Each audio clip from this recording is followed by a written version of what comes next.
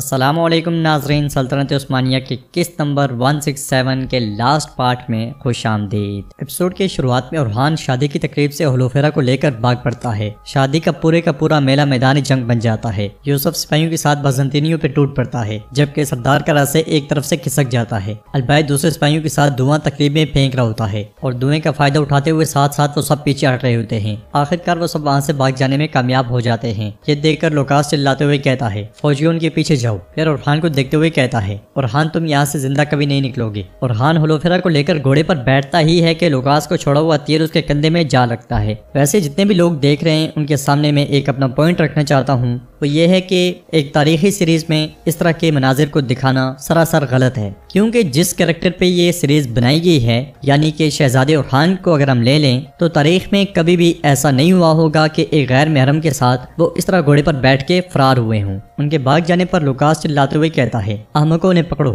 یہ سنتے ساتھ ہی بازنطینی سپاہیوں کی دوڑیں لگ جاتی ہیں اور لوکاس آرکادیوس سے کہتا ہے، ان دونوں کو مار ڈالو۔ یہ سنتے ساتھ ہی آرکادیوس بھی سپاہیوں کے ساتھ ان کے پیچھے نکل پڑتا ہے۔ ادھر ہم دیکھتے ہیں کہ کئی قبیلے میں بالا خاتون بیگم خاتون سے پوچھتی ہیں، کرادین کے کیا احوال ہیں؟ کسی اور کمزوری کی گنجائش نہیں ہے، تم یہ بات جانتی ہو؟ بیگم خاتون کہتی ہیں، احتیاطی تدابیر بڑھا دی گئی ہیں، ہر چیز بالکل ٹھیک ہے بالا خاتون، اور اس کے علاوہ میں عثمان صاحب کو دوبارہ مایوس نہیں کروں گی، اس میں کوئی شبہ نہیں ہے۔ بالا خاتون کہتی ہیں، اگر اس کے برعکس ہوا تو تمہیں دوبارہ معافی نہیں ملے گی، لیکن کیا تم جانتی ہو کہ میں تمہاری خود اعتمادی کی بہت تعریف کرتی ہوں، مگر یہ اعتماد ہی ہے جو تم سے بڑی غلطیاں کرواتا ہے۔ تم اس وقت بہت پر یقین تھی کہ سب کچھ ہزار خاتون نے کیا ہے، اب اپنی دوسری غلطیوں کی تلافی کرنے کا وقت ہے، تم ہزار خاتون سے معافی مانگو گی؟ تو بیگم کہتی ہے، مجھے ہر چیز کہہ دیں لیکن ایسا کرنے کو مت کہیے گا۔ ہزار سے معافی مانگنے کے بجائے بالا خاتون اس کی بات مکمل کرنے سے پہلے ہی کہتی ہیں، میں تم سے پوچھ نہیں رہی بلکہ یہ میرا حکم ہے، کیا تم میرے حکم کی نافرمانی کرو گی؟ ادھر ہم دیکھتے ہیں کہ لوکاس ایک رنگ آگ میں ڈال دیتا ہے جس سے دھوئیں کا رنگ بدل جاتا ہے اور لوکاس کہتا ہے، جب تمام قلعوں میں ہمارے سرماؤں کو یہ پیغام موصول ہوگا تو وہ جنگل کو چاروں طرف سے گھیر لیں گے۔ ایک جانب سے عثمان صاحب سپاہیوں کے ساتھ آگے بڑھتے ہی چلے جاتے ہیں، دوسری طرف اورحان بھی گھوڑا دوڑا رہا ہوتا ہے۔ ہولوفیرا اس سے کہتی ہے، اورحان تم زخمی ہو گئے ہو،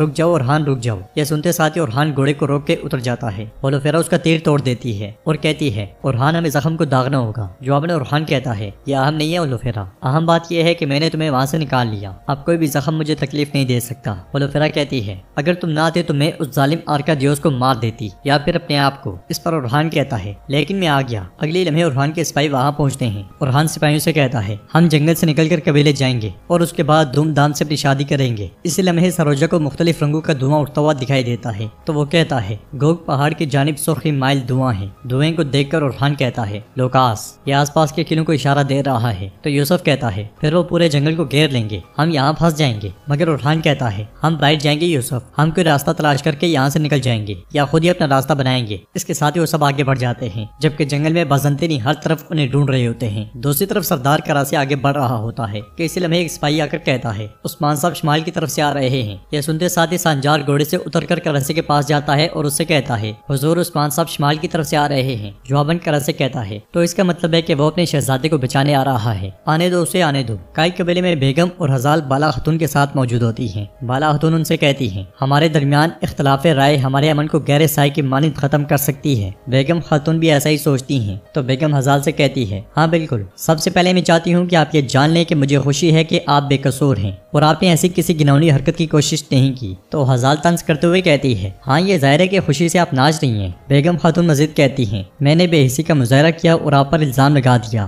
مجھے معاف کر دیں۔ مگر ہزال کہتی ہے، بالا خاتون یہ اتنا آسان نہیں ہے، میں تقریباً مرنے ہی والی تھی۔ تو بالا خاتون کہتی ہیں، معاف کرنا بہت سے لوگوں کے لیے آسان نہیں ہے، میں جانتی ہوں، لیکن انسان خطا کا پتلا ہے، انہیں بھی اپنی غلطی کا احساس ہے، آپ کو بڑی ہونے کے ناطے انہیں معاف کر دینا چاہیے۔ یہ سن کر ہزال کہتی ہے، ٹھیک ہے بالا خاتون، بڑے ہونے کے ناطے میں اسے آپ کے لیے معاف کرتی ہوں۔ پھر بالا خاتون ان دونوں سے کہتی ہیں، آپ دونوں نے اچھا فیصلہ کیا، اب آپ دونوں جا سکتی ہیں۔ خیمے سے نکلنے کے بعد ہزال بیگم خاتون کے ساتھ آگے بڑھتے ہوئے کہتی ہے، ہاں بیگم خاتون، آپ کو اپنے سامنے اس طرح شرمندہ دیکھ کر بہت اچھا لگا۔ یہ کہتے ساتھ ہی وہ آگے بڑھ جاتی ہے اور بیگم سرداری خیمے کو دیکھتے ہوئے کہتی ہے، تم خیمے میں بیٹھ کر خود کو ریاست کی ماں سمجھتی ہو بالا،